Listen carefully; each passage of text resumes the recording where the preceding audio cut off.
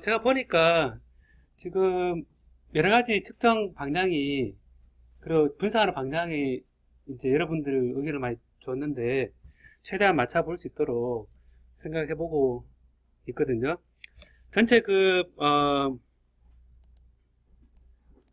방향을 보면요. 연구 방법에 있어서 지금 측정과 분석인데, 지금 여러분들이 이제 구조에 대한 분석의 필요성을 또 많이 느끼죠, 여러분. 그죠? 구조에 대한 필요성을 느껴서 아까 그 의견을 주고 보면 전자현미경, 그 SEM, 그 TEM, 현미경에 관한 얘기를 좀 많이 하고요. 그 다음에 이제 AFM 같은 경우는 원자 현미경이죠.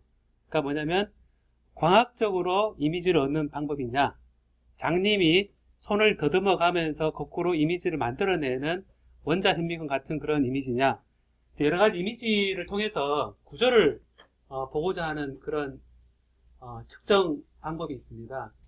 그리고 이제 아까 라만이라든지 이렇게 IR은 안 나왔는데, 라만 같은 경우는 이제 빛을 쪼여서 그 빛이 그 약간의 에너지를 뺏기고 혹은 더 얻어서 색깔이 달라지는 거, 그로부터 이제 어떤 고체 내에 그 어떤 에너지 준위가 있는 거를 찾는 그런 방법인데, 이제 기본적으로 빛을 이용한 방법이 광학적 방법이고, 그리고 이 소재 관점에서 이런 광학적 방법으로 캐릭터라이즈 하고, 또 전기적 방법으로 이제 전압 전류 측정하고, 트랜지스터 측정하고, 아까 임피던스 측정을 누가 얘기를 했는데, 그 임피던스 측정하는 건 AC 측정 방법이거든요.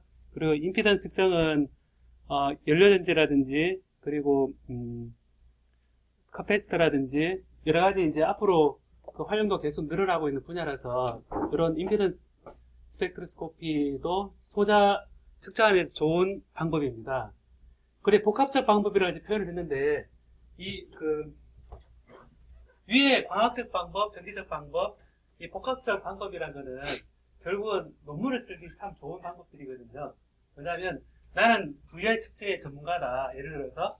근데 그 측정을 빛을 쪼이면서 한다든지, 그 측정을 방사선을 쪼이면서 한다든지, 그 측정을 바이오에 노출시킨 상태에서 한다든지, 그 측정을 가스에 측정해서 잰다든지, 그러니까 전혀 다른 백그라운드에 방법론을 두 개 합쳐서 실험을 하게 되면 독특하게 보여질 확률이 많죠.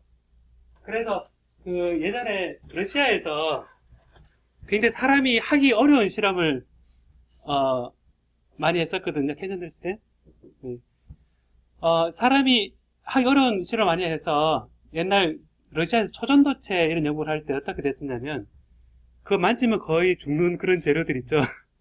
뭐 만지고 좀 마시면 바로 죽는 이런 걸 가지고 손으로 주물럭주물럭 해서 그걸 만들어서 이 논문을 발표하면 아무도 검증하고 싶지도 않고 그 검증하다 죽을 수도 있고, 그리고 이제 여러분 그 반도체 소자 연구를 하는데 후쿠시마 발전소 들어가서 IV 측정하게 되면 좋은 논문 나오지 않을까요? 그러니까 보면 복합적 방법에 있어서 사람들이 이 논문을 쓸 때 많이 시도를 합니다. 시도를 해서 이제 보면 장치들이 전자현미경 속에 AFM 들어가 있고, 그리고 뭐 이 두 가지 그리고 이제 AFM뿐만 아니라 여기 방법은 없지만 시각을 하면서 AFM을 보고, 시각을 하면서 SM을 보고 하는 복합적 방법은 그 사람들이 새로운 거를 생각하기 좀 아주 새로운 게 아닌 그냥 할 수 있는 그런 연구들이거든요.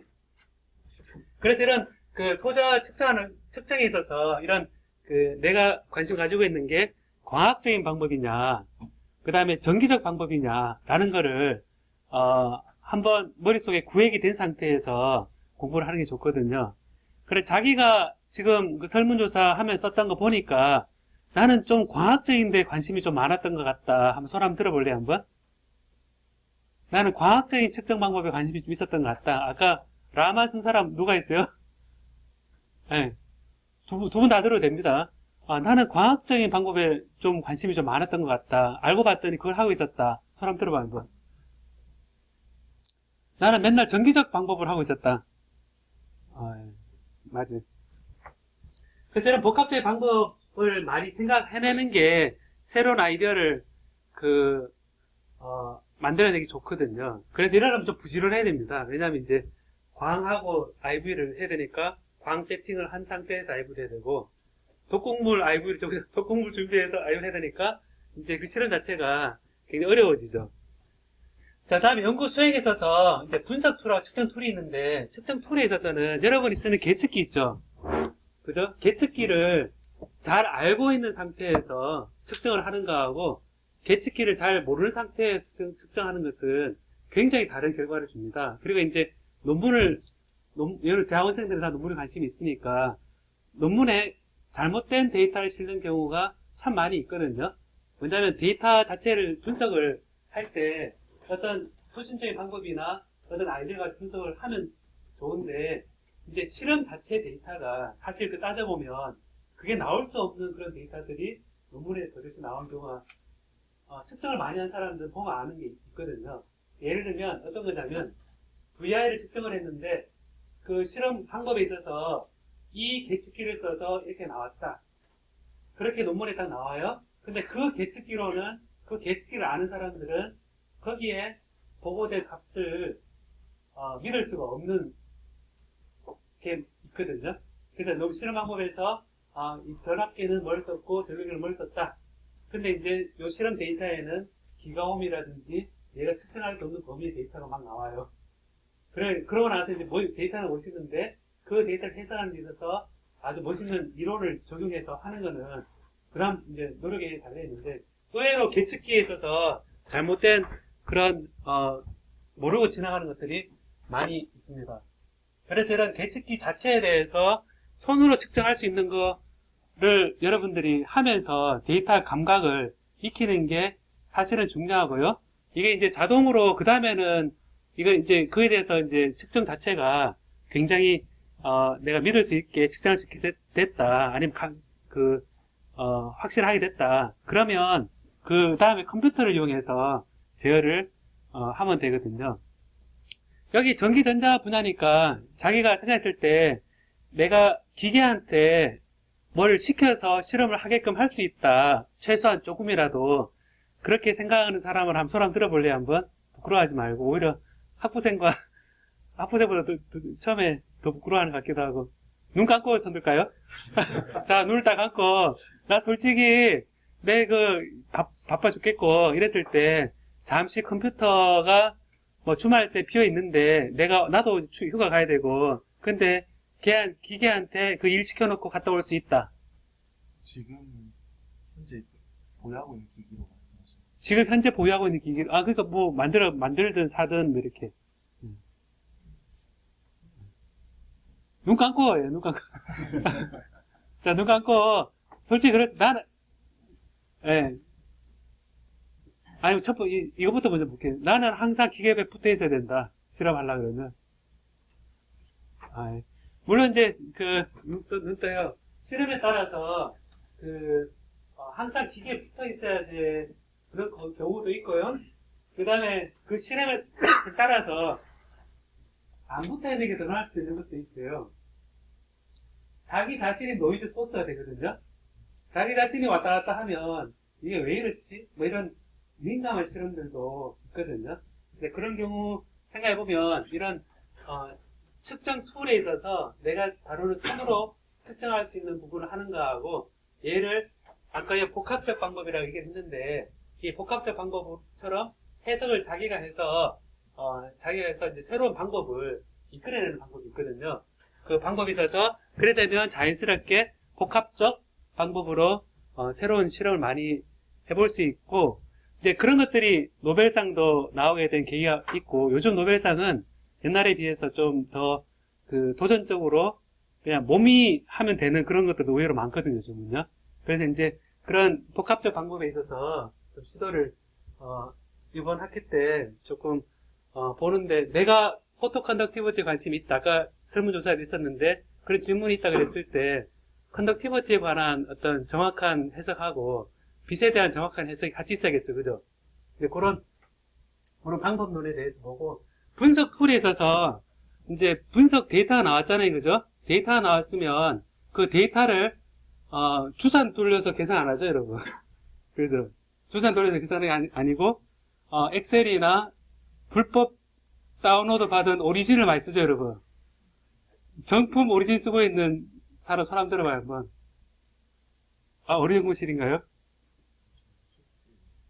키스트인가요? 솔직히 불법 다운로드 받은 오리진 쓰고 있는 사람 손 한번 들어볼래, 한번? 네. 다들, 근데. 그 분석 프로그램이 각기 여러분들이 좋아하는 프로그램들 있죠, 그죠? 근데 이제 왜냐하면 그림이 예뻐서 아니면 피팅을 할 때 정확한 값을 얻을 수 있기 때문에 프로그램을 많이 씁니다. 엑셀도 좋습니다, 여러분. 엑셀도 좋고. 그래서 이런 피팅하고 시뮬레이션하고 이런 부분들이 사실 굉장히 필요한 부분입니다. 그래서 이제 의외로 이런 분석 풀이라든지 측정 풀에 대해서 무심한 경우가 의외로 많거든요, 생각보다. 이제 그 데이터, 우리 실험을 한다 그러면 책상에 앉아서 이거를 분석하고 논문 쓰고 그런 경우가 많은데, 적어도 공대라면, 이제 이공계라면 몸으로 이거를 막 만들어낼 수도 있고, 뚝딱뚝딱 이렇게 할 수 있는 그런, 실험, 측정과 분석에 대한, 기기에 대한 그런 감각이 있어야 되지 않을까 싶거든요. 그 다음에 이제 이런 방법론은 이렇게 되어 있는데, 측정과 분석 원리에 대해서, 여러분, 이번 학기 때 질문에도 원리에 입학해서 좀 설명해 주면 좋겠다고 되어 있었는데, 원리에 대해서도 사실은, 굉장히 중요합니다. 예를 들어서, SEM, 전자현미경, 원자현미경 다 노벨 물리학상, 이래 나왔었거든요. 원자힘 현미경 같은 경우는. 그리고 이런 반도체 집적회로 있죠. 트랜지스터 하나를 만든 것도 노벨 물리학상이고, 걔를 집적해서 이거를 한 칩에 여러 회로를 구현할 수 있는 것도 노벨상 물리학상이거든요. 근데 노벨상인데, 근데 그 얘기는 뭐냐면, 그게 어떻게 받을 수 있었냐면, 초기 장비는 굉장히 크게 예쁘지도 않고 그런데, 이런 분석 원리에 입각해서 처음 시도를 한 겁니다. 예를 들어서 제가 한 가지 질문해 볼게요, 여러분. 원자현미경은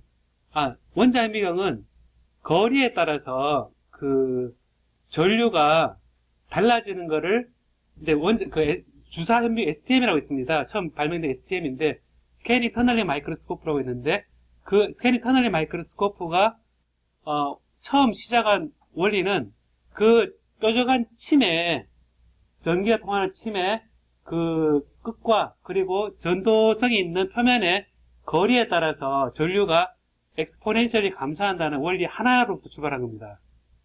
그러니까 거리가 멀어지면 어떻게 돼요, 여러분? 어떤 생각을 했을 때 아주 날카로운 침을 만들어서 얘가 이 오르락내리락 하는데 침이 갈 때 이 날카로운 침하고 거리가 멀어지면 엑스포넨셜이 감소해요. 그게 엑스포넨셜 마이너스 알파 D 이런 식으로 엑스포넨셜 디케이가 되는데 얘로부터 거리를 뽑아내요. 생각하는데 그러면 커런트를 측정하면 거리 거꾸로 낼 수 있겠구나. 근데 생각만 하고 있지만 실제 공학적으로 만들 때에는 전류를 측정해요. IV 측정 잘하는 사람이 전류를 민감한 전류 측정해요. 측정하고 나서 그 전류에 대해서 엑스포넨셜에 대해서 거리 정보 뽑아내려고 그러면 어떤 걸 하면 돼요, 여러분? 전류가 엑스포넨셜 마이너스 알파 D다. 그러면 거리에 대한 정보를 뽑으려고 그러면 수학적으로 어떻게 하면 되죠? 요거는 제가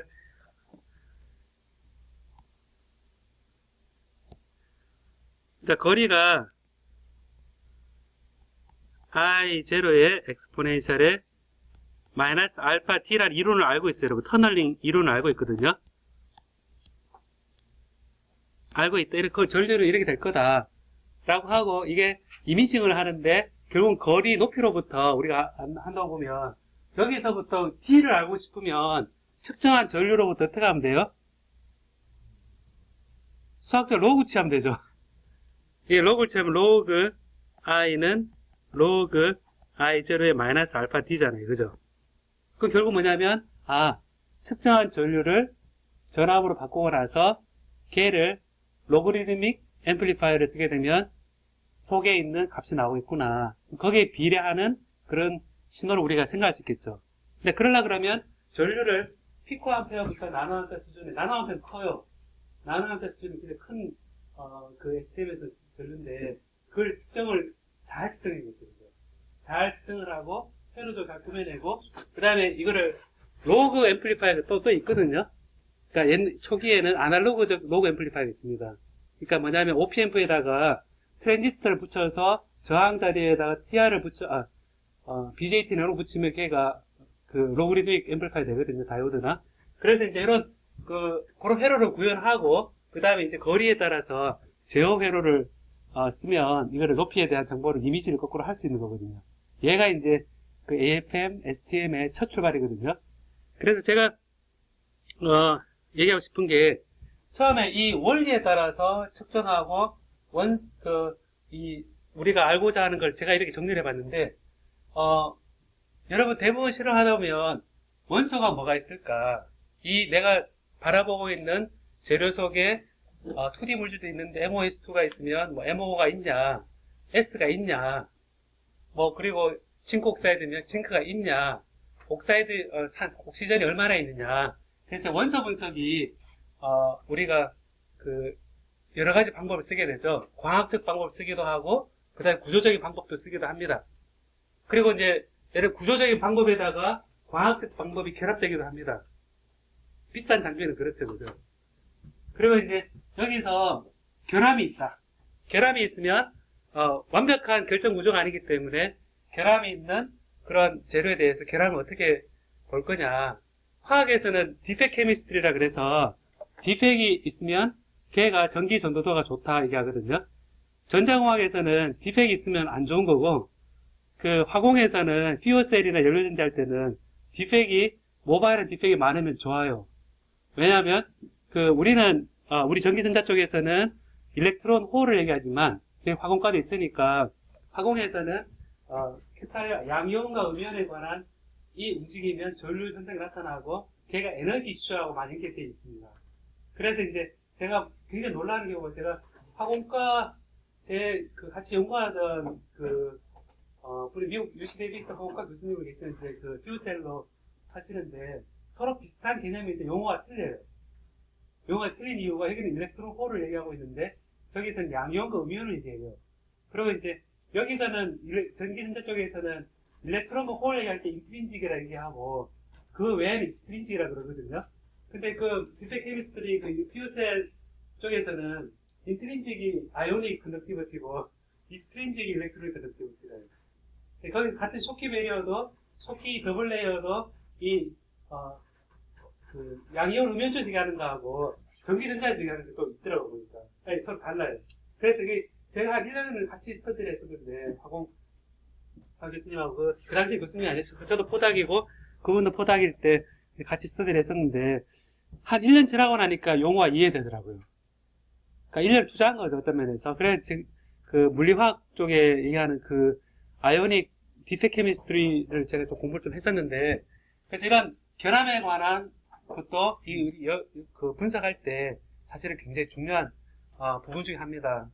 근데 이게 골치 아프니까 반도체에서는 99.999% 이 굉장히 결함이 없는 완벽한 크리스탈을 만들려고 애를 쓰죠. 그러니까 노가다 식으로 하려고 그러죠. 그 다음에 이제 여기 보면 이 원소가 이 결합이 이건 결합이고 결함도 제가 방금 설명한 결합도 되거든요. 결합은 이 원소 사이에 어떻게 결합이 되어 있느냐에 따라서 결정 구조가 달라져요. 달라져서 이 결정 구조에 따라서도 딱 보고 이런 모양이 다이아몬드 구조다. 이 모양이 심플 큐빅이다. BCC다. 아니면 그 FCC다. 헥사고널이다. 이런 구조에 따라서도 예측되는 물성이 있거든요. 그래서 그러다 보니까 이런 우리가 다루는 대상에 대해서 우리가 소자 측정 하고 분석에 대한 얘기를 하지만 그 소자가 물질로 이루어져 있기 때문에 그 물질이 출발이 방막이든 벌크든 그 출발은 결정 구조 출발합니다. 그래서 이제 엑스레이 디프렉션 패턴이라든지 아까 그 엑스레이를 통해서 얘가 반사되는 빛을 엑스레이를 보고 구조를 거꾸로 알아내는 거. 그 광학적 방법이라든지 얘를 AFM으로 직접 보면서 STM으로 직접 보면서 이제 그 구조를 알아낸다든지. 그래서 이제 STM이 노벨상 받을 때는 첫 번째 이미지가 뭐였냐면 실리콘 표면에 어떤 구조를 직접 보여주는지, 다이아몬드 구조를 보여주는지 그 이미지를 같이 보여주면서 그전에는 엑스레이 디프렉션 패턴을 간접적 방법으로 이론에 나왔었는데 직접 봤다 하면서 이미지를 딱 보여주니까 이거는 세계 최초의 계측해야 되는 거죠. 그래서 이 분석 원리를 좀 많이 아는 게 중요하고, 그 다음에 이제 소자 특성인데, 소자 특성은 여러 측정을 하잖아요, 그죠? 측정을 하는데 이게 너무 기계적으로 이렇게 나오면 답은 이렇다, 저렇게 나오면 저렇다, 그런 그 관점에서 그 소자 특성을 그냥 기계적으로 해석하지 말고 이걸 이제 조금 그 이상적인 것에 벗어났을 때 벗어난 걸 어떻게 해석할 것인가 라는 거를 이제 생각을 해보면 좀 더 새로운 연구를 할 수 있거든요. 그래서 그런 부분들이 이제 제가 우리 연구 방법론이라는 키워드를 가지고 제가 한번 정리를 좀 해봤어요. 이게 여러분들 아까 설문조사 했던 그 방향성하고 전체 커버가 되는 것 같습니까? 네. 그 자기가 관심을 가지고 있는 분야가 여기서 어디쯤인지 혹 점이 찍혀져요? 네. 그래서 이제 제가 잠깐만 쉬었다가 제가 준비한 게 요 관계되는 거 한 대표적인 것만 몇 개 원리에 대해서 오늘 인트로덕션 파트니까 제가 한 두세 개 정도만 그 광학적 방법, 전기적 방법, 구조에 관한 방법, 이거에 대한 각각의 원리나 그 방법들이 있죠. 제가 필기하면서 조금만 쓰고 좀 진행해도 되겠죠, 여러분? 네. 그러면 지금 한 5분 정도 쉬었다가 5분 쉴까요? 네, 5분 쉬었다가 제가 좀 준비한 거를 조금 얘기를 합시다. 이게 전체를 커버하는 어떤 원리적인 부분이니까요. 예.